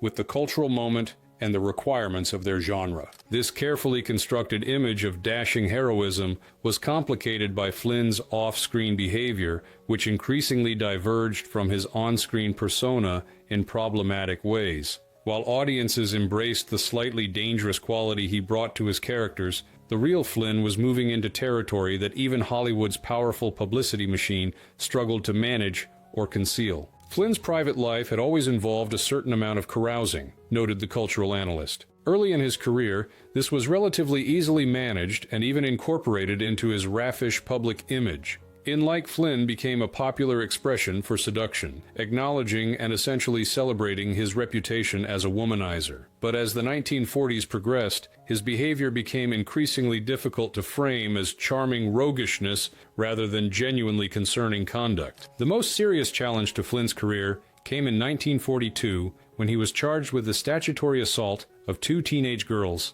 17-year-old Betty Hansen and 16-year-old Peggy Satterley. The subsequent trials became a media sensation, with Flynn's attorneys aggressively attacking the credibility and character of the young accusers, while portraying the actor as the victim of opportunistic charges motivated by his wealth and fame. The trial strategy was brutally effective but ethically disturbing, said a legal historian who has studied famous Hollywood cases. Flynn's defense team, led by the formidable Jerry Giesler, essentially put the teenage accusers on trial, implying they were sexually experienced young women who had pursued the actor rather than victims of predatory behavior. This approach, combined with Flynn's still considerable public goodwill, resulted in his acquittal on all charges. While Flynn legally survived the statutory charges, the trial marked the beginning of his professional decline. Despite the acquittal, the detailed testimony about his behavior, including his clear preference for very young women, created a shadow over his heroic screen image that never fully dissipated. Studios continued to cast him in swashbuckling roles,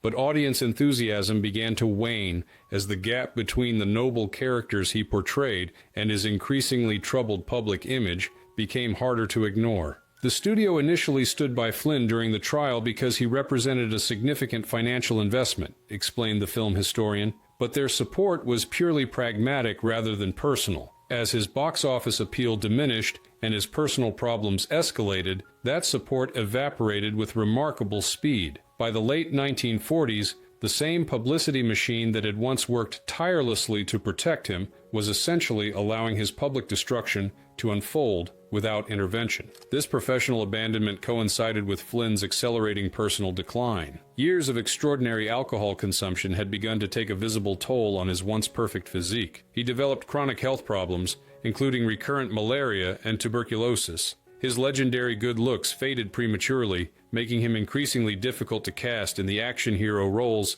that had defined his career. By his early 40s, he often appeared a decade older, a devastating transformation for an actor whose appeal had rested significantly on his physical presence. What's particularly poignant about Flynn's decline is that beneath the carousing and increasingly difficult behavior was a genuine actor who felt trapped by his own image, observed the cultural analyst. In his later years, he repeatedly expressed frustration at being permitted to play only variations of the same swashbuckling character, even as he became physically less capable of fulfilling the demands of those roles. The industry that had created and profited from Errol Flynn the action hero had little interest in developing Errol Flynn the serious actor, who might have extended his career in more sustainable directions. By the mid-1950s, Flynn's career in major Hollywood productions had essentially ended. His final significant roles came in low-budget, often foreign-produced films that traded on his fading name recognition while providing little opportunity for the genuine talent that occasionally emerged even in his most troubled periods. His physical decline accelerated, with his once athletic frame becoming bloated from alcohol and his health continuing to deteriorate. The industry's abandonment of Flynn was particularly cruel because it coincided with his development as a more thoughtful performer, noted the historian. His performance in The Sun Also Rises, 1957, suggested depths that his earlier swashbucklers had rarely allowed him to explore, but by then, the machinery that had built him up had moved on to younger, healthier action stars, leaving Flynn to navigate his final professional years without the support system that might have facilitated a meaningful late-career reinvention. When Flynn died in 1959 at the age of 50, his obituaries focused more on his scandals and decline than on his considerable contributions to film history. The industry that had once celebrated him as the definition of heroic masculinity now portrayed him primarily as a cautionary tale, a star who had destroyed himself through excess and poor choices. This simplistic narrative conveniently obscured the role that the studio system itself had played in both creating the conditions for his problems and abandoning him when those problems became inconvenient. Flynn's story reveals the particular cruelty of fame for stars whose appeal rests significantly on physical attributes, concluded the cultural analyst. The same industry that had marketed him almost exclusively as a physical specimen, the perfect embodiment of active, virile masculinity, discarded him when his body could no longer sustain that image. What makes this especially tragic is that Flynn, for all his flaws and self-destructive behaviors, possessed genuine acting talent that was largely squandered because it didn't fit the narrow parameters of the persona that had been created for him and that ultimately imprisoned him both professionally and personally. Why am I like this? I hate to get angry, but I just can't help it. 15. Clara Bow, the it girl who lost everything. In the late 1920s, Clara Bow wasn't just a movie star. She was a cultural phenomenon. Dubbed the It Girl after her starring role in the film It, 1927, Bow embodied the spirit of the flapper era with her vibrant sexuality, bobbed hair, and unrestrained energy on screen. At the height of her popularity, she received over 45,000 fan letters in a single month and was arguably the most recognizable female face in America. Bow represented something revolutionary in female screen presence, explained a film historian specializing in the silent era. Before Bow, most leading ladies projected a kind of ethereal femininity, beautiful but somehow distant and untouchable. Clara brought an earthy, uninhibited quality to her performances that audiences, particularly working-class viewers, found both authentic and liberating. She moved like a real person rather than a posed figure in a painting. She laughed with her whole body. She conveyed desire without apology or artifice. This authentic screen presence was rooted in Bow's own background as the child of poverty in Brooklyn, where she had endured a traumatic childhood with a mentally ill mother who had once threatened to kill her and a father who was frequently absent. Unlike many stars of the era, who cultivated personas of refined elegance, Bow never entirely concealed her working-class origins, an authenticity that endeared her to audiences even as it made studio executives and social elites uncomfortable. What Hollywood never fully understood about Bow was that her appeal wasn't despite her Brooklyn background, but partially because of it, noted the cultural analyst. She represented possibility, the idea that a girl from the tenements could transform into a glamorous star, without sacrificing her essential vitality and authenticity. It made her relatable in ways that more manufactured stars could never achieve. But this same quality made her difficult to control within a system increasingly concerned with presenting a sanitized vision of stardom. As the 1920s transitioned into the 1930s, Bow's unrestrained personality and lifestyle began to clash with changing social attitudes and the film industry's growing preoccupation with at least the appearance of moral propriety. The flapper era that had embraced sexual freedom and rebellion against Victorian constraints was giving way to the more conservative values of the Depression era, creating a cultural environment increasingly hostile to Bow's uninhibited public image. The transition from silent to sound films coincided with this cultural shift, creating a perfect storm for Bow, said the historian. While she successfully made the transition to talkies, her distinctive Brooklyn accent actually adding to her authentic screen presence rather than detracting from it, the changing moral climate made her particular brand of open sexuality increasingly problematic for studios concerned with avoiding controversy. This professional vulnerability coincided with a period of intense personal challenges for Bow. Years of working at a punishing pace had taken a physical and emotional toll. Like her mother, she began experiencing symptoms of mental illness, including insomnia, anxiety, and what would now likely be diagnosed as bipolar disorder. Without appropriate medical support, she attempted to manage these symptoms through alcohol and other substances, creating additional problems that further complicated her already precarious professional position. What happened to Bow as these pressures mounted was one of Hollywood's most brutal examples of abandonment, observed the cultural analyst. The same industry that had profited enormously from her natural vitality and sexual charisma now treated those qualities as liabilities rather than assets. When she began to struggle under the combined weight of mental health issues, exhaustion, and the transition to a new film era, the support system that should have protected such a valuable star simply evaporated. This abandonment took its most public form through the tabloid press, which began publishing increasingly sensational stories about Bow's personal life, mental health struggles, and alleged sexual behavior. Most notorious was a series of articles in the Coast Reporter, a scandal sheet published by Frederick Girnow, which made outrageous claims about Bow's sex life, including allegations of bestiality and relationships with USC football players. While these claims were largely fabricated, they created a cloud of scandal around Bow that the studios proved unwilling to counter with any meaningful support. The contrast between the industry's treatment of male and female stars facing personal crises was stark and revealing, noted the historian. Male stars like John Barrymore could engage in public drunkenness and sexual excess while still receiving studio protection and continued employment. Bow's similar behaviors, rather than being managed or concealed by the publicity department, became justification for her professional abandonment. The double standard wasn't subtle, it was systematic and devastating. By 1933, Bow's once brilliant career had effectively ended. She made her final film, Hoopla, at the age of 28, an age when most actresses were just entering their prime. Following this final project, she retreated to a ranch in Nevada with her husband, Rex Bell, and largely withdrew from public life. Later attempts to return to acting were undermined by her continuing mental health challenges and the industry's complete lack of interest in rehabilitating a star they had once celebrated but now viewed as toxic. Bow's later years reveal the long-term human cost of the industry's disposable approach to talent, said the cultural analyst. She experienced multiple nervous breakdowns, underwent various treatments including shock therapy, and lived an increasingly isolated life. The vibrant young woman who had once embodied the joy and freedom of the Roaring Twenties spent decades in seclusion, her mental health permanently damaged by the combination of pre-existing vulnerabilities and the brutal treatment she had received at the hands of an industry that used her and then discarded her. When Bow died in 1965 at the age of 60, her obituaries treated her as a relic of a bygone era,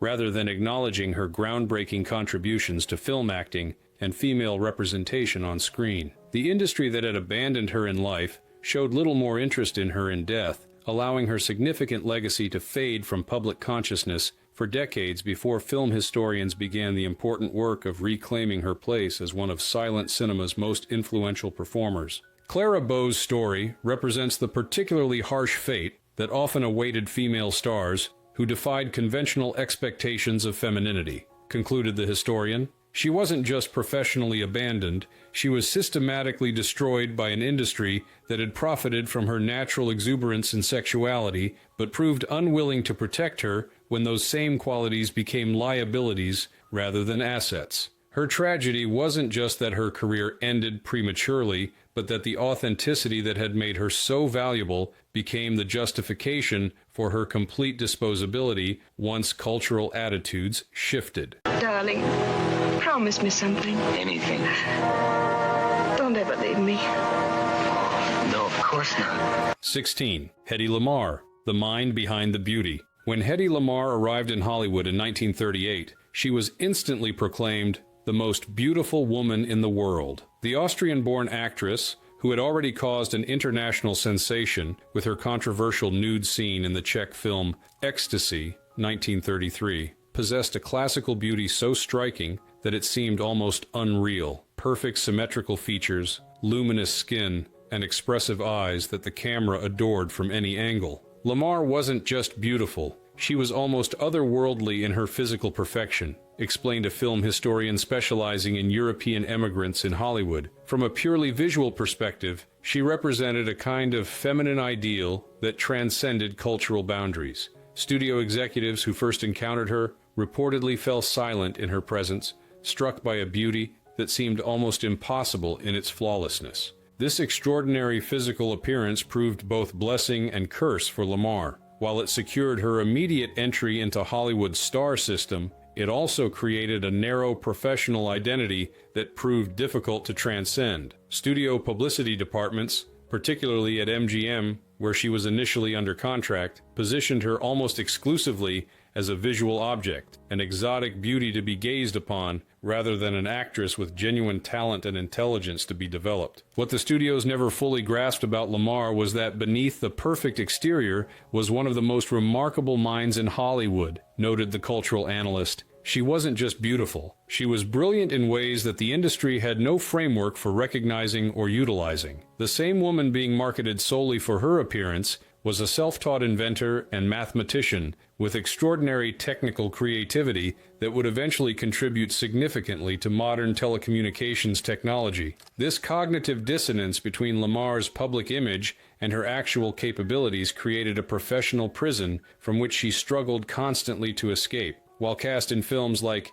Algiers, Boomtown, and Samson and Delilah that showcased her beauty, she repeatedly sought roles that would allow her to demonstrate her considerable acting talent and intelligence. These efforts were consistently undermined by an industry that had categorized her exclusively as a visual attraction rather than a multidimensional performer. Lamar faced a particular kind of typecasting that was especially difficult to overcome, observed the historian. While many actors struggle against being associated with specific character types, Lamar was fighting something more fundamental: the reduction of her entire identity to her physical appearance. Every time she attempted to expand beyond the beautiful exotic template, the studio system pushed her firmly back into that narrow category, unwilling to risk the commercial asset they believed her beauty represented. As Lamar entered her 30s, this professional restriction coincided with Hollywood's notorious dismissal of aging actresses. Despite still being objectively beautiful by any reasonable standard, she began to experience the industry's brutal age discrimination, a system in which women were considered to have diminishing value with each passing year, particularly when their primary value had been assigned to their physical appearance rather than their talent or charisma. The abandonment of Lamar was gradual but relentless, said the cultural analyst. As newer, younger beauties emerged, the industry that had once celebrated her as the epitome of feminine perfection began to treat her as increasingly expendable. Roles became scarcer, and those that were offered tended to be pale imitations of her earlier successes, exotic temptresses with little psychological dimension or narrative importance. This professional marginalization occurred even as Lamar was making her most significant non-cinematic contribution to society. During World War II, deeply concerned about the Nazi threat and determined to aid the Allied effort, Lamar collaborated with composer George Antheil to develop and patent a frequency-hopping technology designed to prevent enemy forces from jamming torpedo guidance signals. This innovation, created by the woman Hollywood marketed solely as a beautiful face, eventually became foundational to modern technologies, including Wi-Fi, Bluetooth, and cellular communications. The tragic irony of Lamar's career is that while she was being professionally discarded for the supposed crime of natural aging, she was simultaneously creating technological innovations that would eventually transform global communication, noted a technology historian familiar with her scientific contributions. The same industry that could see no value in her beyond her youthful appearance was completely blind to the extraordinary mind that represented her actual enduring value as a human being. By the 1950s, Lamar's film career had effectively ended. Though still striking in appearance, she had crossed the invisible boundary that Hollywood maintained for female stars, the point at which their perceived sexual attractiveness to male audiences was deemed to have diminished beyond commercial viability. Unlike male stars who were permitted to age into character roles or continued romantic leads opposite much younger actresses,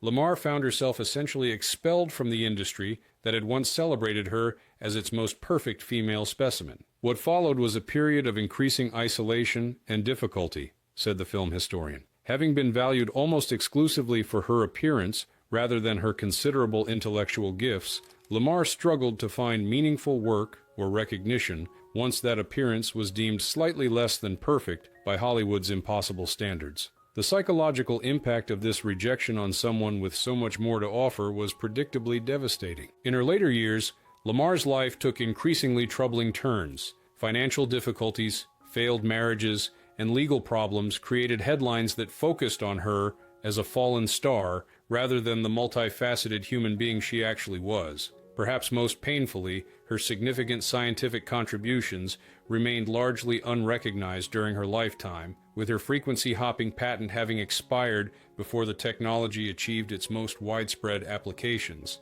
The final indignity for Lamar was the industry's posthumous attempt to reclaim her as an icon while continuing to ignore the complexity of her actual identity, observed the cultural analyst. After her death in 2000, Hollywood was happy to celebrate her as a beautiful image from its golden past, while still largely overlooking both her intelligence and the systematic way it had discarded her once she aged beyond its narrow parameters of acceptability for women. It was abandonment followed by convenient historical revisionism. Only in recent years has a more complete picture of Lamar emerged, with books, documentaries, and scholarly work finally acknowledging her remarkable dual legacy as both film star and scientific innovator. This belated recognition, while valuable for historical accuracy, came far too late to benefit Lamar herself, a woman whose true value had been consistently overlooked by an industry capable of seeing only her surface rather than her substance. Lamar's story reveals perhaps the most fundamental form of Hollywood abandonment, concluded the historian. She wasn't just abandoned when her career faltered or when scandal emerged.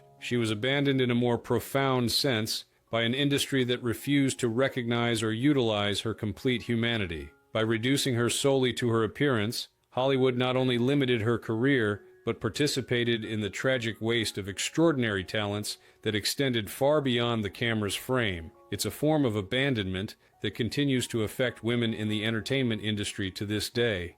Here, if you don't, I'm going to... Oh, wait, my foot. My foot is... 17. Marie McDonald, the body who lost her mind. In the 1940s, Marie McDonald embodied a particular type of post-war glamour. Nicknamed the Body for her hourglass figure and striking physical appearance, McDonald represented the kind of manufactured starlet that the studio system excelled at creating. Beautiful, photographically perfect, and carefully positioned to catch the public's attention through a combination of physical attributes and strategic publicity. McDonald was very much a product of the system, explained a film historian specializing in contract players of the 1940s. Unlike some stars who brought distinctive talents or personalities to their careers, McDonald was essentially shaped from the ground up by studio publicists who recognized her physical appeal and built a public identity around it. The Body wasn't just a nickname, it was her entire professional persona, a marketing concept rather than a multi-dimensional artistic identity. This manufactured quality to McDonald's fame created particular vulnerabilities. Without a foundation of significant acting talent or a distinctive screen presence beyond her physical appearance, her professional standing depended almost entirely on continued public interest in the carefully constructed image that publicists had created. This made her especially susceptible to the industry's brutal disposability when that image began to generate the wrong kind of attention. McDonald's relationship with fame became increasingly desperate as the 1940s gave way to the 1950s, noted the cultural analyst. Without the artistic satisfaction or professional security that comes from genuine creative achievement, she began to view publicity, of any kind, as essential to her continued relevance. This desperation would eventually lead to decisions that transformed her from asset to liability in Hollywood's cold commercial calculation. The most notorious of these decisions came in January 1957, when McDonald reported to police that she had been kidnapped from her home, driven to the desert, and abandoned. The story generated massive media attention, with McDonald providing detailed accounts of her alleged abduction and mistreatment. However, inconsistencies in her story quickly emerged, and investigators became increasingly skeptical of her claims. The alleged kidnapping appeared to be an elaborate publicity stunt, said a criminal historian familiar with famous Hollywood cases. While MacDonald maintained for years that the kidnapping was genuine, the evidence strongly suggested that she had orchestrated the entire episode as a means of generating media attention at a time when her career was fading. If this was indeed her plan, it backfired spectacularly, transforming her from minor celebrity to industry pariah virtually overnight. The backlash was swift and merciless. Studios that might previously have considered MacDonald for supporting roles now viewed her as toxic, someone whose personal behavior had crossed the line from colorful to criminal. The publicity machinery that had created and sustained her career now turned against her, portraying her as mentally unstable and professionally unreliable. Opportunities that had already been diminishing now disappeared entirely. What made MacDonald's situation particularly tragic was that beneath the publicity-seeking behavior were genuine mental health challenges that the industry had no interest in addressing, observed the cultural analyst. There's considerable evidence that she struggled with depression, anxiety, and possibly bipolar disorder, conditions that were poorly understood and heavily stigmatized in the 1950s. Rather than receiving appropriate medical support, she was simply labeled difficult and discarded. This professional abandonment coincided with escalating personal problems. Multiple marriages failed, financial difficulties mounted, and MacDonald's reliance on alcohol and prescription medications increased as other support systems disappeared. The industry that had created the body now watched with detached disinterest as the human being behind that marketing concept spiraled into increasingly desperate circumstances. MacDonald's later attempts to revive her career revealed just how completely Hollywood had abandoned her, said the historian. She would take virtually any opportunity for public attention: nightclub appearances, exploitative B-movies, tabloid interviews where she would discuss her personal problems in exchange for momentary visibility. It was a painful display of someone trying to cling to a professional identity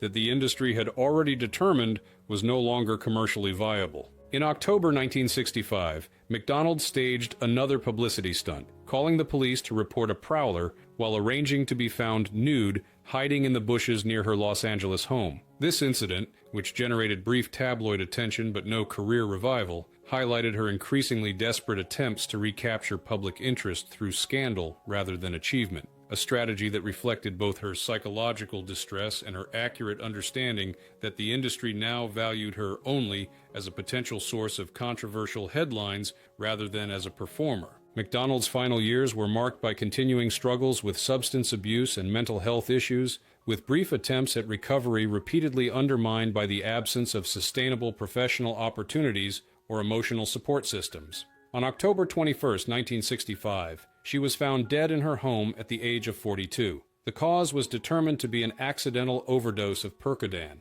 a prescription painkiller she had been taking following a recent surgery. MacDonald's death received significantly less attention than her fabricated kidnapping had generated years earlier, noted the cultural analyst. The industry that had abandoned her in life showed little more interest in her in death. Brief obituaries mentioned her nickname and summarized her minor film appearances, but there was little recognition of either her one-time popularity or the systematic way in which she had been discarded once her marketable image became complicated by human frailty. What makes MacDonald's story particularly relevant to the theme of Hollywood abandonment is how completely she was defined and then destroyed by a publicity system over which she ultimately had little control. Created as the body rather than developed as a multifaceted talent, she was left with few resources, professional, financial, or psychological, when that one-dimensional identity lost its commercial appeal. Her increasingly desperate publicity stunts,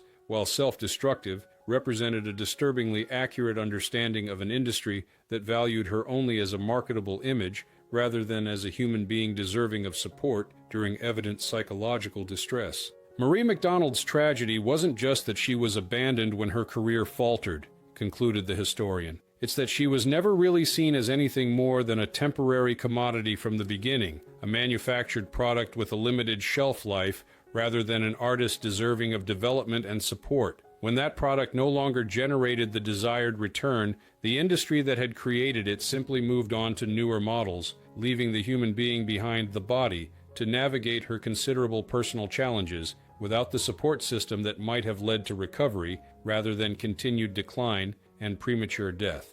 I can only give you love, the forever, and a promise to be near. 18. Dorothy Dandridge, the barrier breaker left behind. Dorothy Dandridge's story represents one of Hollywood's most profound tragedies, a tale of extraordinary talent, groundbreaking achievement, and ultimately, complete abandonment by the very industry she had helped to transform. As the first African-American woman nominated for the Academy Award for Best Actress for her performance in Carmen Jones, 1954, Dandridge broke barriers that many had considered permanently fixed in the racist structure of mid-century American entertainment. What Dandridge accomplished can't be overstated, explained a film historian specializing in racial representation in classic Hollywood. In an era when most black performers were limited to servant roles, comic relief, or musical numbers that could be cut for Southern audiences, Dandridge fought her way to legitimate leading lady status. She wasn't just talented, she was revolutionary,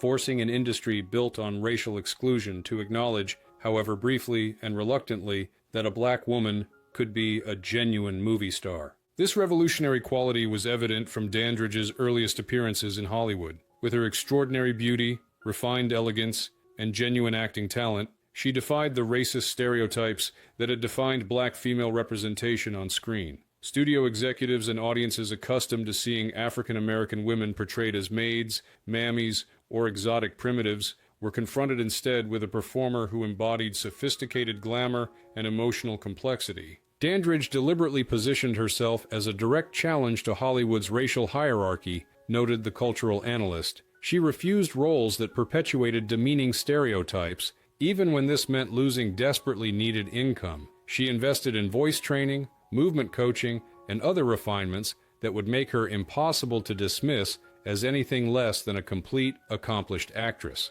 She understood that her career wasn't just about personal achievement, but about creating possibilities for other black performers who would follow. This determination led to her groundbreaking performance as Carmen Jones, an achievement that forced the industry to confront its own systemic racism when her undeniable excellence resulted in an Oscar nomination. For a brief moment, it appeared that Dandridge might have permanently expanded Hollywood's narrow conception of who could be a leading lady, that her talent had created a breach in the color barrier that could never again be fully repaired. What happened after Dandridge's nomination reveals the depth of Hollywood's resistance to meaningful racial progress, said the historian. Rather than opening doors to a variety of complex, dramatically rich roles, her historic achievement was followed by one of the most complete and cruel instances of industry abandonment in film history. The studios that had briefly celebrated her now had no idea what to do with a black actress of her caliber, and rather than develop appropriate projects,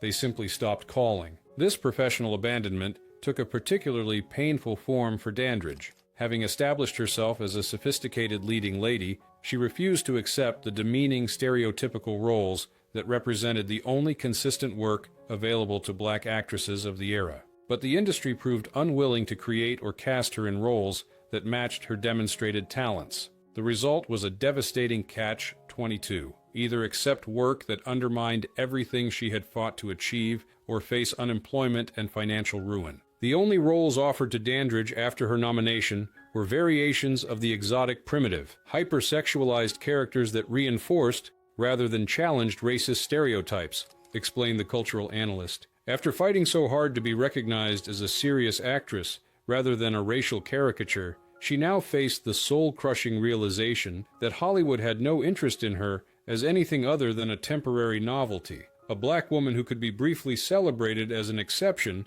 before being firmly returned to her proper place in the industry's racial hierarchy. This professional crisis coincided with devastating personal challenges for Dandridge. A series of failed relationships, financial mismanagement by business advisors, and increasing reliance on alcohol and prescription medications to manage her depression created a downward spiral from which recovery became increasingly difficult. The industry that had briefly elevated her now watched with indifference as she struggled with both professional and personal devastation. By the early 1960s, Dandridge's situation had become truly desperate, noted the historian. Despite her Oscar nomination just a few years earlier, she was facing bankruptcy, foreclosure on her home, and such complete professional abandonment that she was eventually forced to accept a role in a B-movie made in Mexico. one of the very kinds of parts she had fought so hard to transcend. The psychological impact of this reversal on someone who had briefly touched the highest levels of industry recognition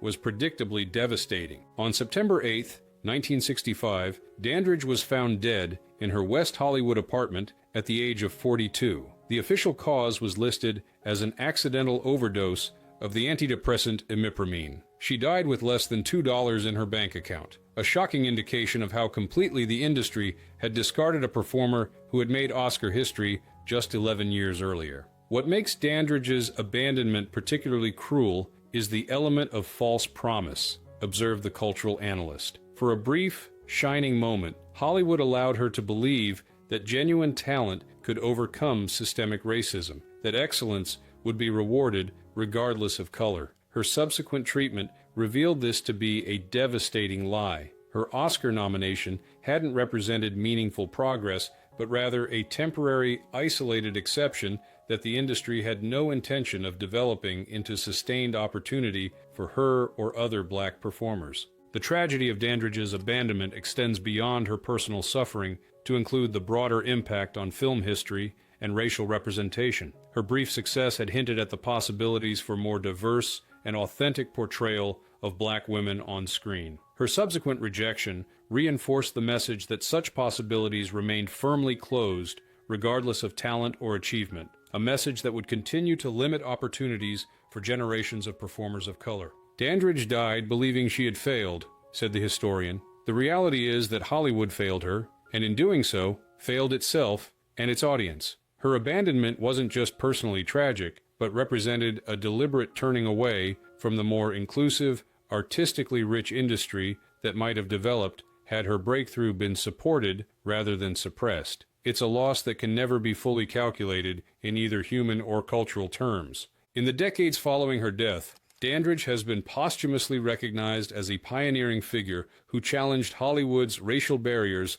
at enormous personal cost. This belated acknowledgement, while important for historical accuracy, came far too late to benefit Dandridge herself. A woman who died believing that her extraordinary achievements had ultimately amounted to nothing in an industry determined to maintain its rigid racial hierarchies regardless of individual talent or popular recognition. Dorothy Dandridge's story represents perhaps the most profound form of Hollywood abandonment, concluded the cultural analyst. She wasn't just abandoned as an individual performer, but as a symbol of possibilities that the industry actively chose to reject. In discarding her after her historic achievement, Hollywood made clear that maintaining its racist structures was more important than embracing the artistic and commercial potential of genuine inclusion. It's a choice whose consequences continue to reverberate through film history. A betrayal not just of one extraordinarily talented woman, but of the more equitable and creatively rich industry that might have emerged had her breakthrough been embraced rather than systematically erased.